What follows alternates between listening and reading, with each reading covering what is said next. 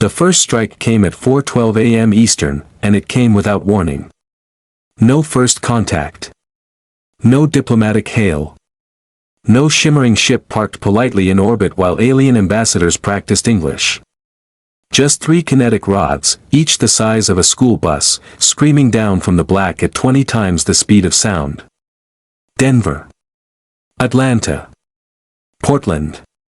Colonel Dale Harrington was in the command bunker beneath Cheyenne Mountain when the seismographs lit up like a Christmas tree gone wrong. He didn't need the satellite feed to tell him what had happened. The feed just told him how bad. Sir.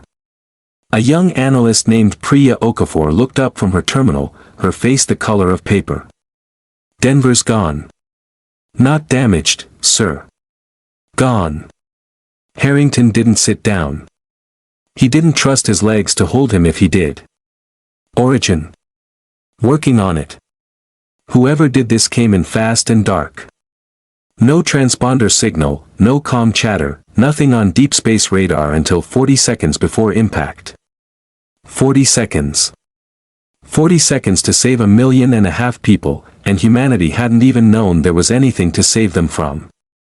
By sunrise, the world had a name for its attackers, the Voss Ascendancy, broadcasting from somewhere past the orbit of Mars in a language the AI translators choked on for 6 brutal hours before finally rendering it into something readable.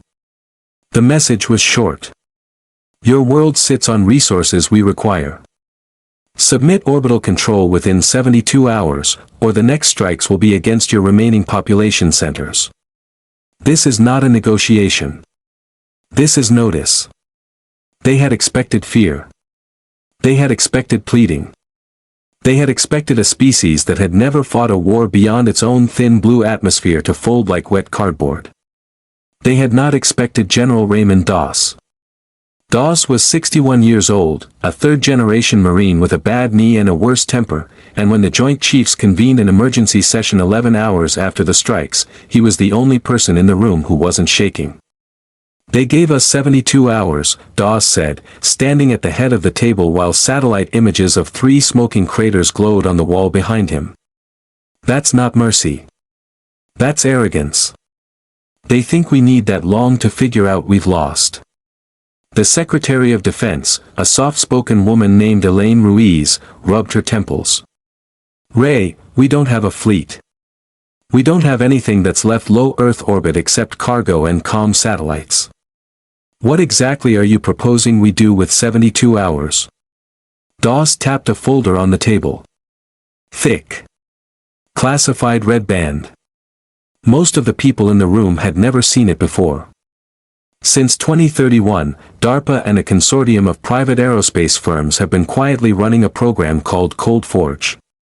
It was built for one purpose: if humanity ever found itself outgunned and outnumbered, we needed a way to hit back hard enough that whoever came after us would think twice about ever trying again. Not survive. Deter. He opened the folder. We have 4 prototype interceptor platforms sitting in a hangar outside Groom Lake, fueled and untested in combat.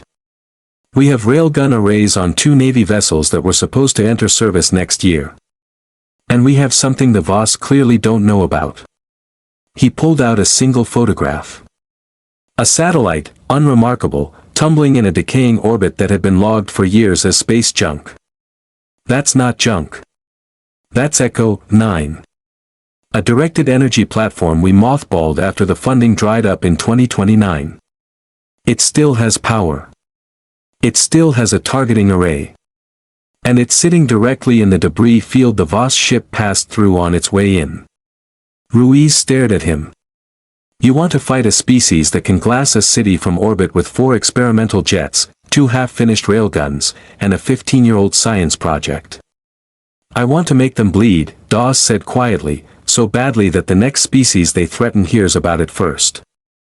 The Voss commander, a being the humans would later learn was named Thon Ordek, had conquered 11 worlds in his career.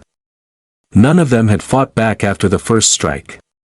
That was the entire strategy: hit hard, hit visible, let terror do the rest of the work. His scout crew watched Earth's oceans and cities with a kind of bored professionalism, cataloging military assets that all looked, by any galactic standard, laughably primitive. What they didn't catalog was Echo 9, because Echo 9 had been built to look dead. At hour 61 of the 72, the Voss command ship dipped lower into orbit to begin what Thon's logs would later describe as a compliance verification pass, a slow, unhurried flight over the wreckage of Denver, meant to remind the humans below exactly what they were dealing with. It was the last unhurried thing the Voss Ascendancy ever did on Earth's watch. Echo 9 woke up and fired a particle beam that had been theoretical when it was built and was, 15 years later, devastatingly real. It tore through the command ship's shield lattice like tissue paper. At the same moment, two Navy destroyers, repositioned under cover of a fabricated hurricane evacuation order, opened up with railguns that put 12 rounds into low orbit at Mach 7, converging on the wounded ship's engine cluster. The four interceptor jets, called Viper Flight, didn't engage the command ship at all. They went after the smaller strike craft trying to flee, and Captain Ellie Marsh, 29 years old and flying a jet that had never once been combat tested before that morning, put two of them into the Pacific before the Voss even understood humans could fly that fast at that altitude. The battle lasted 6 minutes. When it was over, the Voss command ship was a dying hulk venting atmosphere on a slow tumble toward re-entry, and Thon Ordek sent one final, garbled transmission before his ship's systems failed completely. How? Just that. One word, translated imperfectly, but the meaning was clear enough. General Doss stood on the tarmac 3 days later as Captain Marsh's jet rolled to a stop, its fuselage scorched black along one wing, and he didn't say anything about the mission, the tactics, or the impossible odds. He just looked up at the sky, where the wreckage of the Voss command ship was still visible some nights as a slow-burning streak of light. "They're going to tell others," Marsh said, pulling off her helmet. "The ones that got away. They're going to say what happened here." "Good," Doss said. "Let them." Word did travel, through channels humanity wouldn't fully understand for years, whispered between species who had learned to fear the quiet places at the edge of known space. A small, backward, blue world with no fleet, no allies, and no warning had been struck without provocation and had answered not with surrender, but with 6 minutes of controlled, devastating fury. They hadn't won because they were stronger. They'd won because they refused to accept that they'd already lost, and because somewhere in a forgotten hangar and a dead satellite, someone had planned for the worst day imaginable and built something to meet it. Denver was never rebuilt in the same place. A memorial stood there instead, black granite, a million names, and a single line etched at its base that would become, in time, humanity's unofficial answer to anyone who ever thought about trying again. We did not start this. We made sure no one finishes it either. The Voss Ascendancy never returned. Neither did anyone else.